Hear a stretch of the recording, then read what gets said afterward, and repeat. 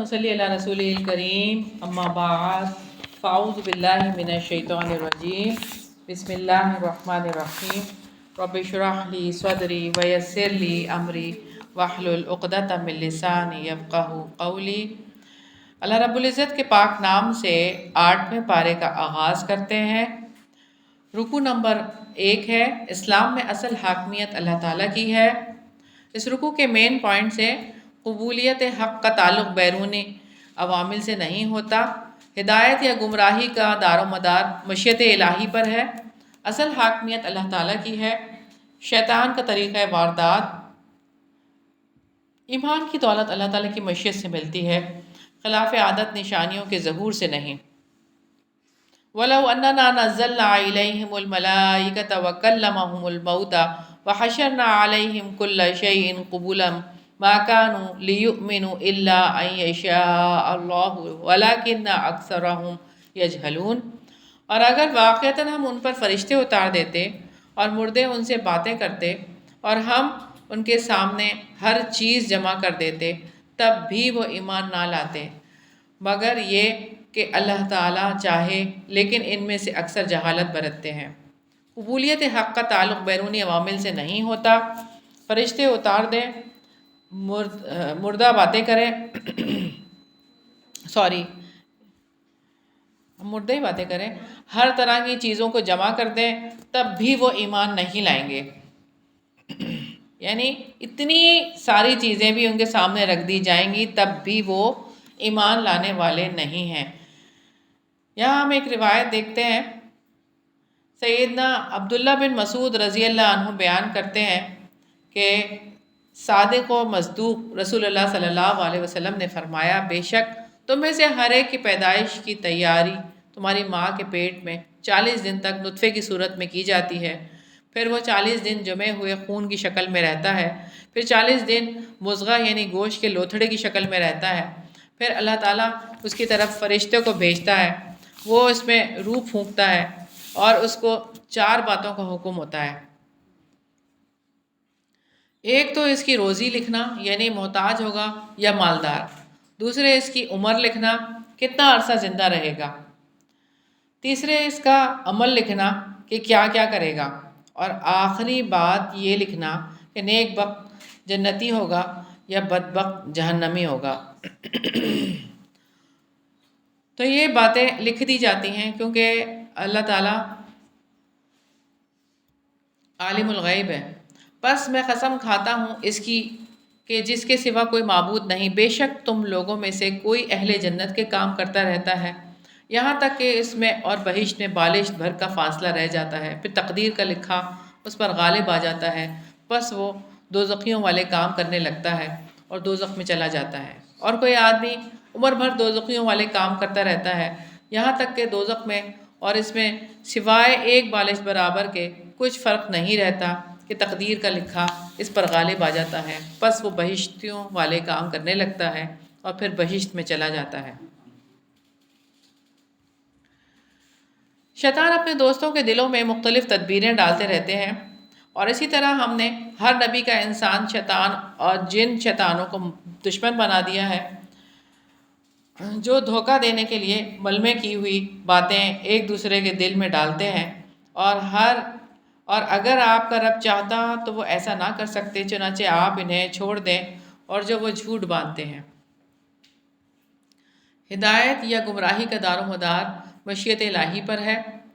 گمراہی کا جال ہر نبی کے دشمن شیاطین ہیں، جنوں میں سے بھی انسانوں میں سے بھی۔ چاہتے ہیں انسان دھوکے کی طرف مائل ہو، انسان برائی سے راضی ہو جائے اور انسان برائیاں کرنے لگے۔ آخرت پر یقین نہ رکھنے والے جو برائیاں کرنا چاہتے ہیں ان کا اکتساب کر لیں، اور تاکہ ان جھوٹ کی طرف ان کے دل مائل ہوں جو آخرت پر ایمان نہیں رکھتے، اور تاکہ وہ اسے پسند کریں، اور تاکہ وہ برائیاں کریں جو یہ کرنے والے ہیں۔ اللہ تعالیٰ نے مفصل کتاب نازل فرما دی ہے جس میں صحیح فیصلے موجود ہیں۔ افغیر اللہ ابتغی حکما وہو الذی انزل الیکم الکتاب مفصلا، تو کیا میں اللہ تعالیٰ کے سوا کسی اور کو منصف تلاش کروں، حالانکہ اس نے تمہاری جانب یہ کتاب مفصل نازل کی ہے، اور جن لوگوں کو ہم نے کتاب دی ہے وہ جانتے ہیں کہ یقیناً وہ آپ کے رب کی طرف سے برحق نازل کی گئی ہے، لہٰذا آپ شک کرنے والوں میں نہ ہوں۔ اللہ تعالیٰ نے اپنے رسول کو حکم دیا ہے کہ آپ صلی اللہ علیہ وسلم ان سے کہہ دیجئے جو اللہ تعالیٰ کو چھوڑ کر غیر اللہ کی عبادت کر رہے ہیں کہ کیا میں اللہ تعالیٰ کے سوا کوئی اور منصف تلاش کروں، یعنی میں اللہ تعالیٰ کے علاوہ کسی اور کے احکامات کی پابندی کروں، حالانکہ اللہ تعالیٰ نے ایک مفصل کتاب نازل فرما دی ہے جس میں صحیح فیصلے موجود ہیں۔ یہ سوال اس لیے کیا گیا تاکہ لوگوں کو سمجھ آ جائے کہ اسلام قبول کرنے والے زندگی کے تمام معاملات میں اللہ تعالیٰ کے فیصلوں کو قبول کریں گے۔ اللہ تعالیٰ کے سوا کسی کو انسانوں کی زندگی کے بارے میں فیصلہ کرنے کا اختیار نہیں، کیونکہ اللہ تعالیٰ کے ماں سوا سبھی مخلوق ہیں محکوم ہے، اور مخلوق کا فیصلہ ظلم اور نقص پر مبنی ہوتا ہے۔ اللہ تعالیٰ کی باتوں کو بدلنے کا کسی کے پاس کوئی اختیار نہیں۔ وَتَمَّتْ كَلِمَةُ رَبِّكَ صِدْقًا وَعَدْلًا لَا مُبَدِّلَ لِكَلِمَاتِهِ وَهُوَ السَّمِيعُ الْعَلِيمُ، اور آپ کے رب کی بات سچائی اور انصاف میں مکمل ہے، کوئی اس کی باتیں بدلنے والا نہیں ہے، اور وہی سب کچھ سننے والا، سب کچھ جاننے والا ہے۔ اصل حاکمیت اللہ تعالیٰ کی ہے۔ رب کی بات سچائی اور انصاف کے اعتبار سے کامل ہے، کوئی اس کی کتابوں کو بدلنے والا نہیں، وہ خوب سننے والا، سب کچھ جاننے والا ہے۔ آپ اکثریت کی اطاعت کریں گے تو وہ آپ کو اللہ تعالیٰ کے راستے سے بھٹکا دیں گے، اور اگر آپ اکثریت کی اطاعت کریں جو زمین میں بستے ہیں تو وہ آپ کو اللہ تعالیٰ کے راستے سے بھٹکا دیں گے۔ وہ تو محض گمان کی پیروی کرتے ہیں اور محض قیاس آرائیاں کرتے ہیں۔ اللہ تعالیٰ ہدایت یافتہ اور گمراہوں کو خوب جاننے والا ہے۔ ان ربک هو عالم من یضل عن سبیلہ وهو عالم بالمہتدین، یقیناً آپ کا رب ہی خوب جاننے والا ہے جو اس کے راستے سے بھٹکتا ہے، اور وہ ہدایت یافتہ کو بھی خوب جاننے والا ہے۔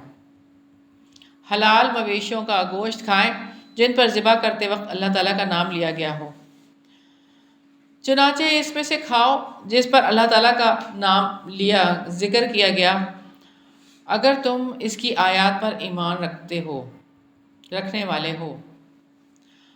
اکثر لوگ اپنی خواہشات کے ساتھ بغیر کسی علم کے گمراہ کرتے ہیں۔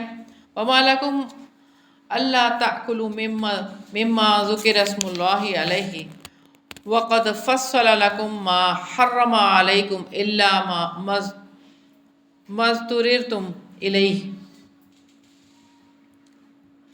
اور تمہیں کیا ہے کہ تم اس میں سے نہ کھاؤ جس پر اللہ تعالیٰ کا نام ذکر کیا گیا ہے، حالانکہ یقیناً وہ تفصیل سے تمہیں بتا چکا جو اس نے تم پر حرام کیا ہے، سوائے اس کے جس کے لیے تم مجبور کر دیے جاؤ، اور بلا شبہ بہت سے لوگ یقیناً اپنی خواہشات کے ساتھ بغیر کسی علم کے گمراہ کرتے ہیں۔ یقیناً آپ کا رب حد سے گزرنے والوں کو زیادہ جاننے والا ہے۔ کھلے اور چھپے ہر گناہ سے بچتے رہو، اور تم گناہ کے ظاہر کو بھی چھوڑ دو اور اس کے باطن کو بھی۔ جو لوگ گناہ کماتے ہیں یقیناً انہیں اس کا جلد بدلہ دیا جائے گا جو وہ کیا کرتے تھے۔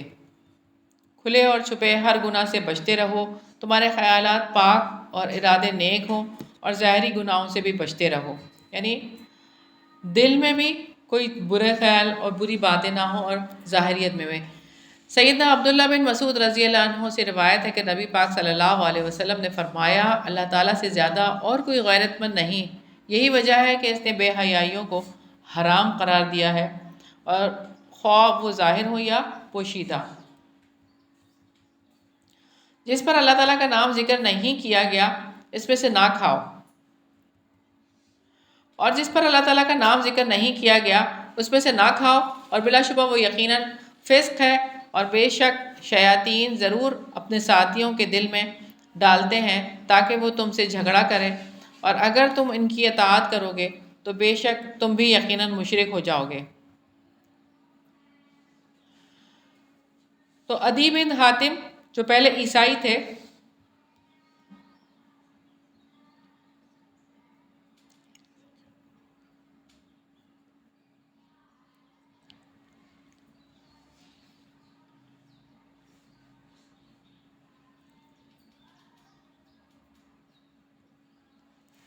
اچھا، کہنے لگے یا رسول اللہ، ہم لوگ اپنے علاوہ مشائخ کو رب تو نہیں سمجھتے تھے۔ آپ صلی اللہ علیہ وسلم نے عدی رضی اللہ عنہ سے پوچھا، کیا جس چیز کو وہ حلال کہتے یا حرام کہتے تو تم ان کی بات مان لیتے تھے؟ عدی کہنے لگے ہاں یہ تو تھا۔ آپ صلی اللہ علیہ وسلم نے فرمایا بس یہی تو رب بنانا ہے کہ جو جیسے کہہ دے بغیر تحقیق کے اس چیز کو مان لیا جائے۔ علماء کا کسی چیز کو حرام قرار دینا اور کسی کو حلال قرار دینا اگر اللہ تعالیٰ کی ہدایت کے مطابق ہے تو ٹھیک ہے، اگر وہ اللہ تعالیٰ کی ہدایت کے مطابق نہیں تو اس پر عمل نہیں کیا جا سکتا۔ شیطان کا طریقہ واردات اپنے ساتھیوں کے دلوں میں شکوک القاء کرتے ہیں تاکہ وہ تم سے جھگڑا کریں۔ کرنے والے کام ہیں ہدایت یافتہ ہونا، اللہ کی آیات پر ایمان رکھنا۔ جن کاموں سے رکنا ہے ایمان نہ لانا، جہالت کی باتیں کرنا، ایمان والوں سے دشمنی کرنا، ایک دوسرے کو دھوکہ دینے کے لیے پرفریب باتیں القاء کرنا، جھوٹ گھڑنا، آخرت پر ایمان نہ رکھنا، غیر اللہ کے فیصلے چاہنا، شک کرنا، لوگوں کی اکثریت کی اطاعت کرنا، لوگوں کو اللہ تعالیٰ کے راستے سے بھٹکانا، گمان کی پیروی کرنا، حد سے نکلنا، خواہشات کی بنیاد پر علم کے بغیر لوگوں کو گمراہ کرنا، قیاس آرائیاں کرنا۔ کمٹمنٹ پوائنٹس ہیں، گمان کے مطابق نہیں، علم کے مطابق زندگی گزارنی ہے، ہر موڑ پر زندگی کے ہر کام کے لیے فیصلہ اللہ تعالیٰ سے لینا ہے، اپنی مرضی کے فیصلے نہیں کرنے انشاءاللہ۔ رکوع نمبر 2 ہے اسلام اور کفر کی کشمکش۔ اس رکوع کے مین پوائنٹ ہیں بے شعوری اور حقیقت شناسی برابر نہیں، شرح صدر بمقابلہ ضیق صدر، قیامت کے روز حقیقتوں سے پردہ اٹھایا جائے گا شیاطین کے روز و شب۔ ایمان کی روشنی میں زندگی بسر کرنے والا اور جہالت، گمراہی اور گناہوں کی تاریکیوں میں ڈوبا ہوا یقیناً دونوں برابر نہیں ہو سکتے۔ اور کیا وہ شخص جو مردہ تھا پھر ہم نے اسے زندہ کیا اور ہم نے اس کے لیے ایک روشنی بنا دی جس کے ساتھ وہ لوگوں میں چلتا ہے، اس شخص کی طرح ہو سکتا ہے جو اندھیروں میں ہے اور اس سے نکلنے والا نہیں ہے؟ اسی طرح کافروں کے لیے خوشنما بنا دیے گئے جو وہ عمل کیا کرتے تھے۔ بے شعوری اور حقیقت شناسی برابر نہیں، کافروں کے لیے ان کے اعمال خوشنما بنا دیے گئے ہیں، مردہ اور زندہ برابر نہیں۔ ہر معاشرے کے بڑے مجرم گہرے اندھیروں کے مسافر بنتے ہیں اور لوگوں کو بھی تاریکیوں میں غرق کر دیتے ہیں، اور اسی طرح ہم نے ہر بستی میں اس کے بڑوں کو مجرم بنا دیا ہے تاکہ وہ اس میں مکر و فریب کریں، اور جو مکر و فریب وہ کرتے ہیں اپنے ساتھ ہی کرتے ہیں اور وہ شعور نہیں رکھتے۔ بڑے مجرموں کے دلوں میں تکبر بھرا ہوا ہوتا ہے، یہ تکبر اسلام سے دوری کا سبب بنتا ہے۔ وہ اللہ تعالیٰ کے بندے ہونے کے باوجود اپنے پیدا کرنے والے سے دور رہتے ہیں اور زندگی کے فطری پروگرام اسلام سے دور رہتے ہیں، ایمان نہیں لاتے، اطاعت نہیں کرتے۔ انہیں ایمان لانا، اللہ تعالیٰ کی بات ماننا ایسا لگتا ہے کہ جیسے کسی نے ان کے گلے میں پھانسی کا پھندا ڈال دیا ہے۔ اس طرح خود بھی گہرے اندھیروں کے مسافر بن جاتے ہیں، لوگوں کو بھی تاریکیوں میں غرق کر دیتے ہیں۔ انہیں اس کا شعور ہی نہیں ہوتا انہوں نے حق کی مخالفت کر کے کیا کھویا ہے، اپنے رب کو کھو دیا۔ حق کی مخالفت کرنا کوئی سادہ بات نہیں ہے، انہوں نے اپنی فطرت کو کھو دیا، زندگی کے پروگرام کو کھو دیا، اپنے آخری انجام کو بھی کھو دیا، اپنی کامیابی کو بھی کھو دیا، اپنی قدر و قیمت والی زندگی کو، اپنی صلاحیتوں کو، اپنے وقت کے سرمائے کو، اپنے مال کو ضائع کر کے کیسے تحت دامن ہو گئے، اور جب اپنے رب کے حضور حاضر ہوتے ہیں نہ کوئی مددگار پاتے ہیں، نہ سفارشی، نہ کوئی بدلے میں کام آنے والا ہے۔ تنہا اللہ تعالیٰ کے سامنے حاضر ہونے والے اپنی زندگی کے دھوکے کے بارے میں بے شعور ہیں۔ اللہ تعالیٰ زیادہ بہتر جانتا ہے کہ رسالت کسے عطا فرمائے، اور جب ان کے پاس کوئی نشانی آتی ہے وہ کہتے ہیں کہ ہم ہرگز نہیں مانیں گے یہاں تک کہ ہمیں بھی اس جیسا دیا جائے جو اللہ تعالیٰ کے رسولوں کو دیا گیا ہے۔ اللہ تعالیٰ زیادہ جاننے والا ہے، جہاں وہ اپنی رسالت رکھتا ہے جن لوگوں نے جرم کیے جلد ہی انہیں اللہ تعالیٰ کے ہاں سے ذلت اور سخت عذاب پہنچے گا، اس وجہ سے کہ وہ مکر و فریب کرتے تھے۔ اللہ تعالیٰ جس کے لیے چاہتا ہے اس کا سینہ اسلام کے لیے کھول دیتا ہے، اور جس کا چاہتا ہے گھٹا ہوا بنا دیتا ہے۔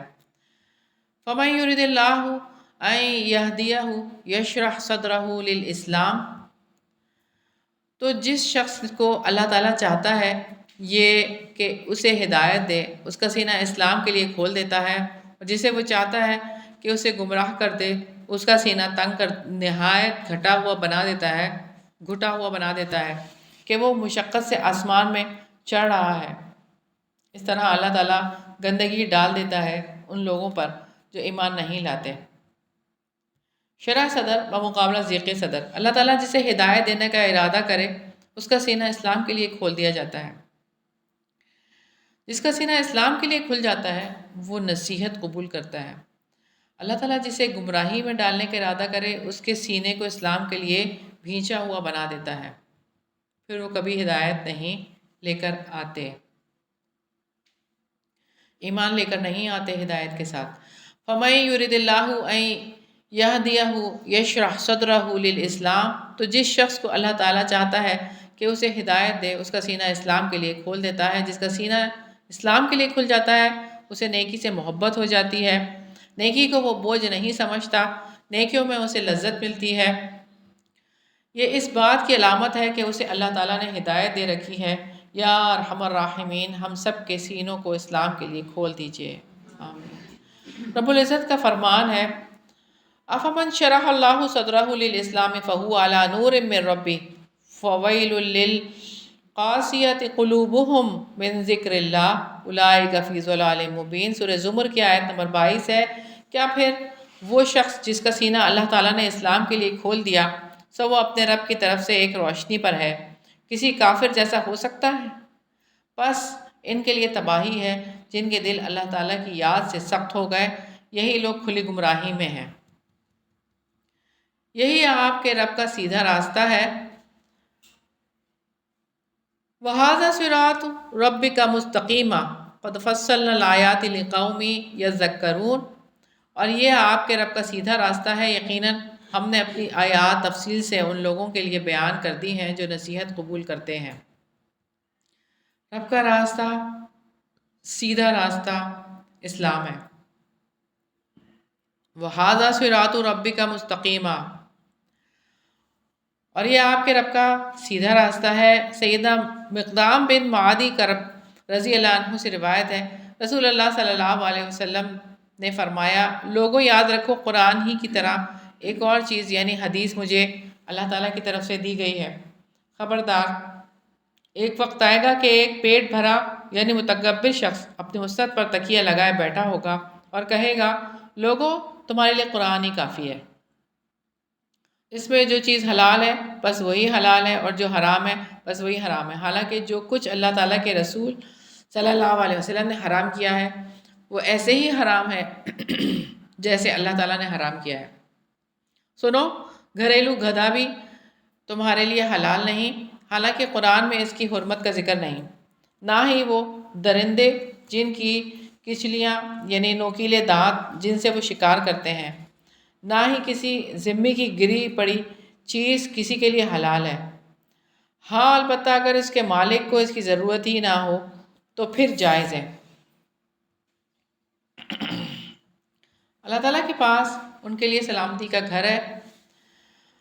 لہم دار السلام عند ربہم وہو ولیہم بما کانوا یعملون، ان کے رب کے پاس ان کے لیے سلامتی کا گھر ہے اور وہ اس کی وجہ سے ان کا مددگار ہے جو وہ عمل کیا کرتے تھے۔ حشر کے دن جنوں اور انسانوں سے جواب دہی کے بعد فیصلہ ہوگا، اور جس دن وہ ان سب کو جمع کرے گا، اے جنوں کے گروہ، یقیناً تم نے انسانوں میں سے بہت سو کو دوست بنایا اور انسانوں میں سے ان کے ساتھی کہیں گے، اے ہمارے رب، ہم نے ایک دوسرے سے خوب فائدہ اٹھایا اور ہم اپنے وقت کو پہنچ گئے جو تو نے ہمارے لیے مقرر فرمایا۔ اللہ تعالیٰ فرمائے گا، تمہارا ٹھکانہ آگ ہے جس میں ہمیشہ رہو گے مگر جو اللہ تعالیٰ چاہے۔ یقیناً آپ کا رب کمال حکمت والا، سب کچھ جاننے والا ہے۔ اللہ تعالیٰ ظالموں کو ان کے ظلم، شر اور فساد کی وجہ سے ایک دوسرے کا ساتھی بنا دیتے ہیں، اور اسی طرح ہم بعض ظالموں کو بعض کا ساتھی بنا دیتے ہیں اس وجہ سے جو وہ کماتے تھے۔ شیطان کے روز و شب ایک دوسرے کو کھوٹی باتیں بتانا، نبیوں اور اللہ والوں کی مخالفت کے لیے ہم نوا تیار کرنا، ایک دوسرے کو دھوکہ دینا، اس رکوع میں کرنے والے کام ہیں۔ نصیحت قبول کرنا، اسلام کے لیے سینے کا کھل جانا، جو کام نہیں کرنے، اپنے اعمال کو خوشنما دیکھنا، ہیلے کرنا، آیات کو نہ ماننا، جرم کرنا، اسلام کے لیے سینے کا تنگ ہونا۔ کمٹمنٹ پوائنٹس ہیں۔ شرح صدر کے لیے دعا کرنی ہے انشاءاللہ تعالی۔ رکن نمبر 3 ہے انسان کے اعمال کے مطابق آخرت کی جزا و سزا ملے گی۔ اس رکوع کے مین پوائنٹس ہیں: شیاطین کی پوچھ گچھ حشر میں ہوگی، درجات میں فرق ہے، رسوم و رواج کو خدا بنانے والے، خود ساختہ پابندیاں۔ اللہ تعالیٰ قیامت کے دن جنوں اور انسانوں سے رسولوں کے پیغام پہنچانے کے بارے میں سوال کریں گے۔ یا معاشر الجن والانس الم یأتکم رسل منکم، اے جن و انس کے گروہ، کیا تمہارے پاس تمہیں میں سے رسول نہیں آئے تھے جو تمہیں میری آیات سناتے ہوں اور تمہیں تمہارے اس دن کی ملاقات سے ڈراتے ہوں؟ وہ کہیں گے ہم اپنے رب پر خود گواہی دیتے ہیں، اور ان کو دنیا کی زندگی نے دھوکے میں رکھا اور وہ اپنے آپ پر ہی خلاف گواہی دیں گے، یقیناً وہی کافر تھے۔ شیاطین کی حشر میں ہوگی، یعنی اے گروہ جن و انس، کیا تمہارے پاس ہماری آیات سنانے اور برے انجام سے ڈرانے کے لیے پوچھ گچھ نہیں، یعنی پیغمبر نہیں آئے تھے تمہارے پاس اور ان سے پوچھ گچھ کی جائے گی؟ یہ بات ان کو کہی جائے گی قیامت کے دن، اور جواب آئے گا ہاں ہم خود اپنے خلاف گواہی دیتے ہیں۔ یہ گواہی اس لیے لی جائے گی تاکہ ثابت کر دیا جائے کہ اللہ تعالیٰ کسی کو ظلم کے ساتھ تباہ کرنے والا نہیں جب تک کہ حقیقت سے واقف نہ ہو۔ اللہ تعالیٰ بستیوں کو ظلم کے ساتھ تباہ کرنے والا نہ تھا۔ یہ اس لیے ہوا کہ آپ کا رب بستیوں کو ظلم کے ساتھ تباہ کرنے والا نہ تھا کہ اس کے باشندے بے خبر ہوں۔ اللہ تعالیٰ ہر ایک کو اس کے ارادے، عمل اور درجے کے مطابق اجر دے گا۔ وَلِكُلٍّ دَرَجَاتٌ مِّمَّا عَمِلُوا وَمَا رَبُّكَ بِغَافِلٍ عَمَّا يَعْمَلُونَ، اور ہر ایک کے لیے اس کے درجات ہیں اس کی وجہ سے جو انہوں نے عمل کیے، اور آپ کا رب اس سے ہرگز بے خبر نہیں جو وہ عمل کرتے ہیں۔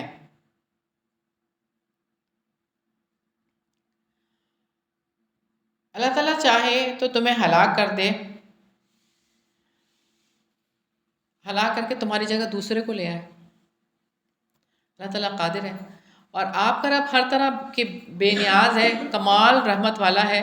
اگر وہ چاہے تمہیں لے جائے اور تمہارے بعد جسے چاہے جانشین بنا دے، جیسا کہ اس نے تمہیں دوسرے لوگوں کی اولاد سے پیدا کیا ہے۔ درجات میں فرق، ہر شخص کے لیے اس کے عمل کے لحاظ سے درجات ہیں۔ رب بے نیاز ہے۔ اللہ تعالیٰ نے قیامت کا وعدہ کیا ہے جو ضرور قائم ہو کر رہے گا۔ جس دن کا تم سے وعدہ کیا جا رہا ہے وہ ضرور آنے والا ہے اور تم ہرگز عاجز کر دینے والے نہیں ہو۔ قیامت یقیناً آنے والی ہے، انسان اللہ تعالیٰ کو عاجز کر دینے والا نہیں۔ آپ جس حال میں بھی رہو، میں اللہ تعالیٰ کے حکم پر عمل کر رہا ہوں۔ آپ کہہ دیں اے میری قوم تم اپنی جگہ عمل کرو، یقیناً میں بھی عمل کرنے والا ہوں۔ پھر عنقریب تم جان لوگے کہ وہ کون ہے جس کے لیے اس گھر کا اچھا انجام ہے۔ یقیناً ظالم کامیاب نہیں ہوتے۔ رسول اللہ صلی اللہ علیہ وسلم نے فرمایا اللہ تعالیٰ ظالم کو ڈھیل دیتا ہے یہاں تک کہ جب اسے پکڑ لیتا ہے تو اسے نہیں چھوڑتا۔ مشرکوں نے اپنے بتوں کے لیے اور اللہ تعالیٰ کے لیے حصے مقرر کیے ہیں۔ اور انہوں نے اللہ تعالیٰ کے لیے اس میں سے جو اس نے پیدا کیا کھیتی اور مویشیوں میں سے ایک حصہ مقرر کیا ہے، بس انہوں نے اپنے خیال کے مطابق کہا یہ اللہ تعالیٰ کا حصہ ہے اور یہ ہمارے شریکوں کا حصہ ہے، چنانچہ جو ان کے شریکوں کے لیے ہے وہ تو اللہ تعالیٰ کو نہیں پہنچتا، اور جو اللہ تعالیٰ کے لیے ہے تو وہ ان کے شریکوں کی طرف پہنچ جاتا ہے۔ برا ہے جو وہ فیصلہ کرتے ہیں۔ رسوم و رواج کو خدا بنانے والے اللہ تعالیٰ کی پیدا کی ہوئی کھیتیوں اور مویشیوں میں سے خود حصے مقرر کیے ہیں، شریکوں کو زیادہ ترجیح دیتے ہیں۔ مشرکوں کے لیے ان کے شریکوں نے ان کے اعمال کو مزین کر دیا ہے۔ وَكَذَلِكَ زَيَّنَ لِكَثِيرٍ مِّنَ الْمُشْرِكِينَ قَتْلَ أَوْلَادِهِمْ، اور اسی طرح بہت سے مشرکوں کے لیے ان کے شریکوں نے ان کی اولاد کے قتل کو خوشنما بنا دیا ہے تاکہ وہ ان کو برباد کر دیں اور تاکہ ان پر ان کے دین ہی کو مشتبہ بنا دیں، اور اگر اللہ تعالیٰ چاہتا تو وہ ایسا نہ کرتے، چنانچہ آپ ان کو چھوڑ دو اور جو وہ جھوٹ باندھتے ہیں۔ رسوم و رواج کو خدا بنانے والے اولاد کو قتل کر کے ہلاکت میں مبتلا کرتے ہیں تاکہ ان کے دین کو مشتبہ بنا دو۔ عربوں نے مویشیوں اور کھیتیوں کے بارے میں بدعات گھڑ لی تھی اور اپنے زوم باطل میں انہوں نے کہا کہ یہ جانور اور یہ کھیت ممنوع ہیں، انہیں کوئی نہیں کھائے گا مگر وہی جسے ہم اپنے خیال کے مطابق چاہیں گے، اور کچھ جانور ہیں ان کی پشتیں حرام کر دی گئی ہیں، اور کچھ جانور ہیں جن پر وہ اللہ تعالیٰ کا نام ذکر نہیں کرتے، اس پر جھوٹ باندھتے ہوئے جلد ہی وہ انہیں اس کا بدلہ دے گا، اس وجہ سے جو وہ جھوٹ باندھتے تھے۔ خود ساختہ پابندیاں، جانور اور کھیت ممنوع ہیں، جانوروں کی پشتیں حرام ہیں، بار برداری حرام ہے۔ یہ انہوں نے اپنے اوپر خود ہی پابندیاں لگائی ہوئی تھی، اللہ تعالیٰ نے نہیں لگائی تھی۔ مشرکوں نے خود ساختہ شریعت میں بہت سی چیزیں عورتوں کے لیے حرام کر رکھی تھیں، اور انہوں نے کہا جو بھی ان جانوروں کے پیٹوں میں ہے وہ خالصتاً ہمارے مردوں کے لیے ہے اور وہ ہماری بیویوں پر حرام ہے، اور اگر وہ مردہ ہو تو اس میں سب شریک ہیں۔ اللہ تعالیٰ انہیں جلد ہی ان کی بات بنانے کی سزا دے گا، یقیناً وہ کمال حکمت والا سب کچھ جاننے والا ہے۔ دنیا میں اولاد کو قتل کرنے والے گھاٹے میں پڑ گئے۔ قد خسر الذین قتلوا اولادہم سفہا بغیر علم، یقیناً وہ لوگ گھاٹے میں پڑ گئے جنہوں نے اپنی اولاد کو حماقت میں بغیر علم کے قتل کیا، اور انہوں نے اللہ تعالیٰ پر جھوٹ باندھتے ہوئے اس کو حرام کر لیا جو اللہ تعالیٰ نے ان کو رزق دیا تھا، یقیناً وہ گمراہ ہو گئے ہیں اور ہدایت پانے والے نہیں ہوئے۔ خود ساختہ پابندیاں،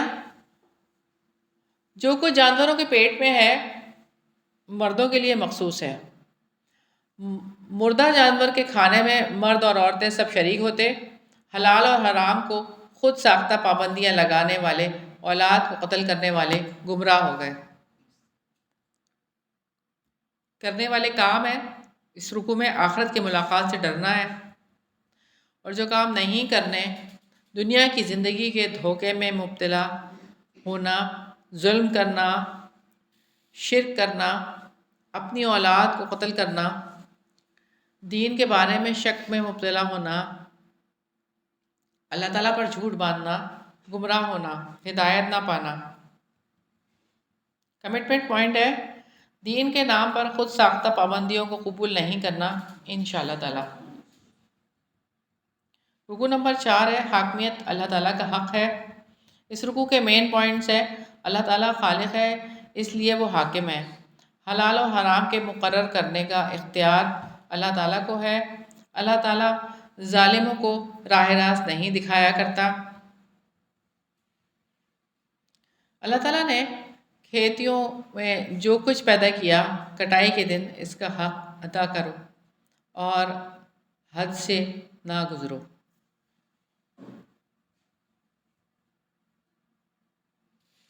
اور وہ اللہ تعالیٰ ہے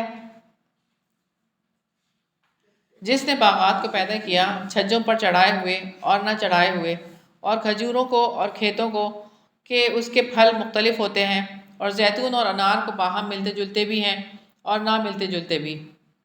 اس کے پھلوں میں سے کھاؤ جب وہ پھل لائیں، اس کی کٹائی کے دن اللہ تعالیٰ کا حق ادا کرو اور حد سے نہ گزرو، یقیناً اللہ تعالیٰ حد سے گزرنے والوں کو پسند نہیں کرتا۔ اللہ تعالیٰ خالق ہے، اس لیے وہ حاکم ہے۔ اللہ تعالیٰ ہی ہے جس نے باغ پیدا کیے، زیتون اور انار کے درخت پیدا کیے، تاکہ انسان تاکستان اور نخلستان بنایا۔ خالق کا حکم ہے کھاؤ اور حق ادا کرو، جبکہ تم ان کی فصل کاٹو، اسراف نہ کرو، غور و فکر کرو۔ اللہ رب العزت دل کی اہم عبادت تفکر کی طرف توجہ دلائی ہے اور دعوت دی ہے کہ اس کائنات میں غور و فکر کرو، دیکھو جو تمہارے فائدے کے لیے ہیں، جن سے تمہیں نفع پہنچتا ہے ان سے اس کائنات میں کس قدر حسن ہے۔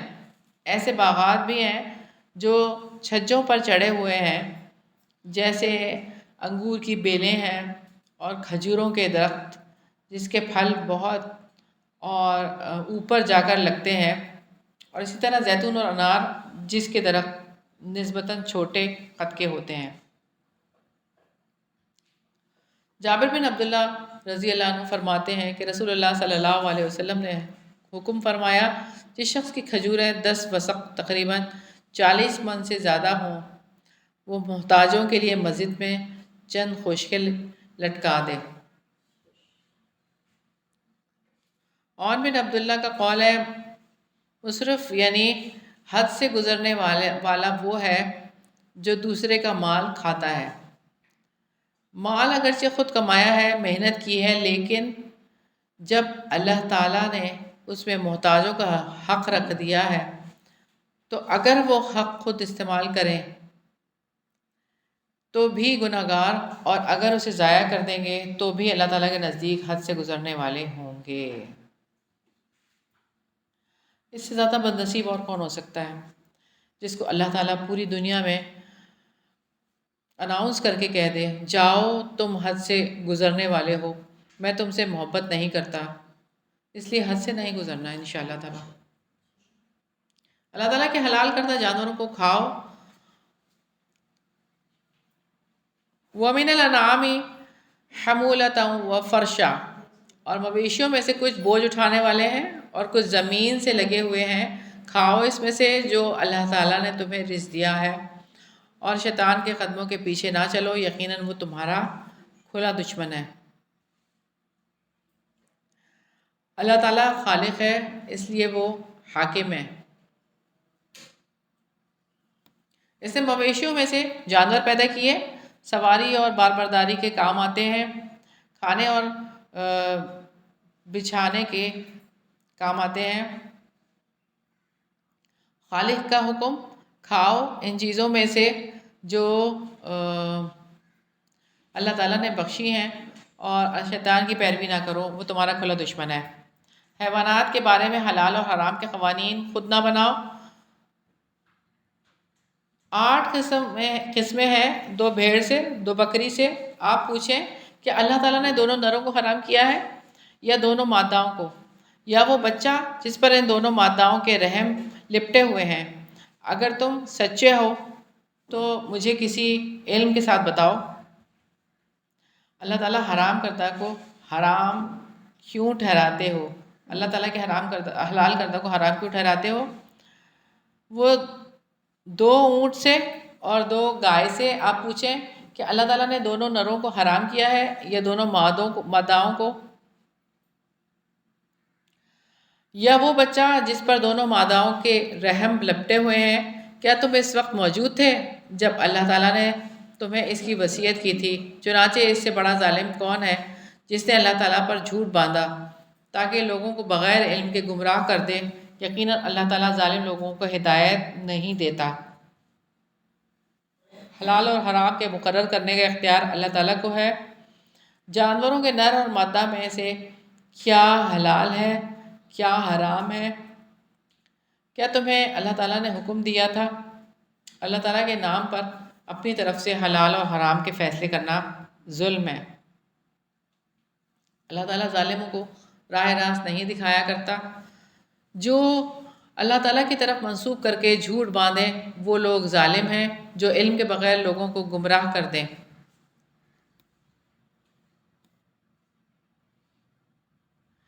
اس میں کرنے والے کام ہے اللہ کا حق ادا کرنا، اسراف نہ کرنا۔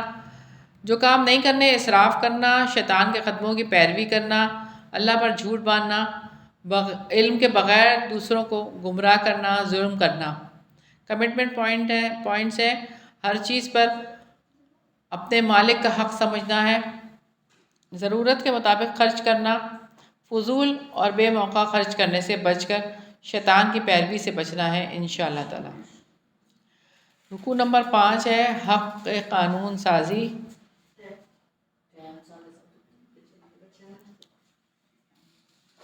7 منٹ ہے، ابھی 7 منٹ ہے۔ مین پوائنٹس ہے بس یہ آخری رکوع۔ اس رکوع کے مین پوائنٹس ہیں وحی الہی کے مطابق حرام اشیاء، یہودیوں پر سزا کے طور پر حرام کی گئی اشیاء۔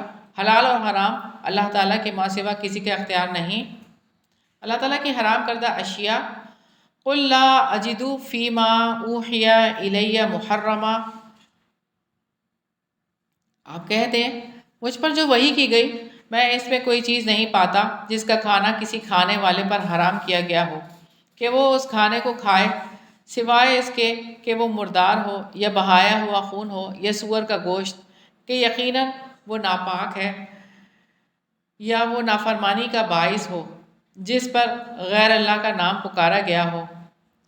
پھر جو شخص مجبور کر دیا جائے کہ ہو وہ نافرمانی کرنے والا، نہ ہو وہ حد سے گزرنے والا، اور نہ ہو تو بلا شبہ آپ کا رب بے حد بخشنے والا، نہایت رحم والا ہے۔ وحی الہی کے مطابق حرام اشیاء، سور کا گوشت، مردار، اللہ تعالیٰ کے سوا کسی اور کا نام پکارا گیا ہو، بہایا ہوا خون، یہ 4 چیزیں حرام ہے۔ مردار کھانا حرام ہے لیکن اس کی دیگر اشیاء مثلا چمڑا وغیرہ استعمال کیا جا سکتا ہے۔ ایک دفعہ سیدہ سودا رضی اللہ عنہ کی ایک بکری مر گئی۔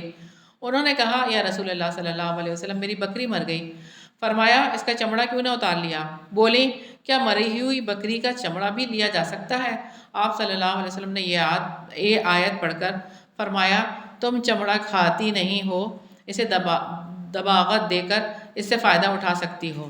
چنانچہ آپ نے اس کا چمڑا اتروا کر اسے دباغت دے کر اس کا مشکیزہ بنوا لیا تھا جو آپ ہی کے پاس پرانا ہو کر پھٹ گیا۔ اللہ تعالیٰ نے یہودیوں پر ان کی سرکشی کی وجہ سے کچھ چیزیں حرام کر دی تھیں، اور ان لوگوں پر جو یہودی بن گئے ہم نے ہر ناخن والے جانوروں کو حرام کر دیا تھا، اور گایوں اور بکریوں میں سے ہم نے ان دونوں کی چربیاں حرام کر دیں، سوائے اس کے جو ان دونوں کی پیٹوں یا انتڑیوں سے نے اٹھایا ہو، یا جو کسی ہڈی کے ساتھ ملی ہوئی ہو۔ یہ ہم نے انہیں ان کی سرکشی کی وجہ سے سزا دی تھی، اور بلا شبہ یقیناً ہم ہی سچے ہیں۔ یہودیوں پر سزا کے طور پر حرام کی گئی اشیاء، ناخن والے جانور، گائے اور بکری کی چربی، یہ ان کی سرکشی کی سزا تھی۔ سیدنا ابن عباس رضی اللہ عنہ فرماتے ہیں کہ ایک دفعہ رسول اللہ صلی اللہ علیہ وسلم مسجد میں حتیم کی طرف رخ کیے بیٹھے تھے کہ آپ صلی اللہ علیہ وسلم نے آسمان کی طرف دیکھا، پھر مسکرا کر فرمایا اللہ تعالیٰ یہودیوں پر لعنت کرے، ان پر چربیاں حرام کی گئی تھیں لیکن انہوں نے چربیاں بیچ کر ان کی قیمت کھائیں۔ حالانکہ کسی چیز کے کھانے کو حرام فرما دینا اس چیز کی قیمت کو بھی حرام فرما دینا ہے۔ مشرکوں کے خلاف جھٹلانے کی پرواہ نہ کریں، پھر بھی اگر وہ آپ کو جھٹلائیں تو آپ کہہ دیں تمہارا رب وسیع رحمت والا ہے اور اس کا عذاب مجرم لوگوں سے ہٹایا نہیں جاتا۔ مشرک خود ساختہ حلال و حرام کی قوانین کے بارے میں اپنی مرضی کر رہے ہیں۔ جن لوگوں نے شرک کیا وہ بہت جلد کہیں گے کہ اگر اللہ تعالیٰ چاہتا نہ تو ہم شرک کرتے اور نہ ہی ہمارے باپ دادا اور نہ ہم کسی چیز کو حرام کرتے۔ اسی طرح ان لوگوں نے بھی جھٹلایا تھا جو ان سے پہلے تھے، یہاں تک کہ انہوں نے ہمارا عذاب چکھ لیا۔ آپ پوچھیں کیا تمہارے پاس کوئی علم ہے تو تم اسے ہمارے لیے نکال لاؤ۔ تم گمان کے سوا کسی چیز کی پیروی نہیں کرتے اور تم محض قیاس آرائیاں ہی کرتے ہو۔ حلال اور حرام اللہ تعالیٰ کے ماں سوا کسی کا اختیار نہیں۔ مشرکین یہ کہتے ہیں کہ اگر اللہ تعالیٰ چاہتا تو ہم کسی چیز کو حرام نہ کرتے۔ حلال اور حرام کے معاملے میں گمان پر چل رہے ہیں اور قیاس آرائیاں کرتے ہیں۔ کیا نہ ماننے والوں کے لیے کے پاس کوئی علم ہے جس کی بنیاد پر حلال اور حرام کے فیصلے کرتے ہیں؟ کامل دلیل اللہ تعالیٰ ہی کے پاس ہے۔ آپ کہہ دیں کامل دلیل اللہ تعالیٰ ہی کے پاس ہے، چنانچہ اگر وہ چاہتا تو تم سب کو وہ ضرور ہدایت دے دیتا۔ فَلَوْ شَاءَ لَهَدَاكُمْ أَجْمَعِينَ، چنانچہ اگر وہ چاہتا تو تم سب کو ضرور ہدایت دے دیتا ہے۔ اللہ تعالیٰ نے اختیار دیا ہے کہ انسان اپنی آزاد مرضی سے جس راستے کو چاہے اختیار کرے۔ اس طرح اس کے امتحان کا مقصد پورا ہوتا ہے کہ اچھے لوگ اپنی اچھائی کی جزا پائیں اور برے لوگ اپنی برائی کی سزا پائیں۔ اگر اللہ تعالیٰ جبری ہدایت دیتے تو امتحان کا مقصد پورا نہ ہوتا۔ اگر وہ گواہی دیں کہ اللہ تعالیٰ نے ان چیزوں کو حرام ٹھہرایا ہے تو آپ ان کے ساتھ گواہی نہ دیں۔ آپ کہہ دیں تم اپنے گواہ لاؤ جو گواہی دیں کہ یقیناً اللہ تعالیٰ ہی نے ان کو حرام کیا ہے۔ پھر اگر وہ گواہی دے بھی دیں تو آپ ان کے ساتھ گواہی نہ دیں اور نہ ان کی خواہشات کی پیروی کریں۔ جن لوگوں نے ہماری آیات کو جھٹلایا اور جو آخرت پر ایمان نہیں رکھتے اور وہی دوسروں کو اپنے رب کے برابر قرار دیتے ہیں۔ حلال اور حرام اللہ تعالیٰ کے ماں سوا کسی کا اختیار نہیں۔ اپنے گواہ پیش کریں جو بتائیں کہ یہ چیزیں اللہ تعالیٰ نے حرام کی ہیں۔ ان کی خواہشات کی پیروی نہ کرو جنہوں نے اللہ تعالیٰ کی آیات کو جھٹلایا۔ اگر یہ گواہی دیں تم گواہی نہ دینا۔ آخرت پر ایمان نہیں رکھنا، آخرت پر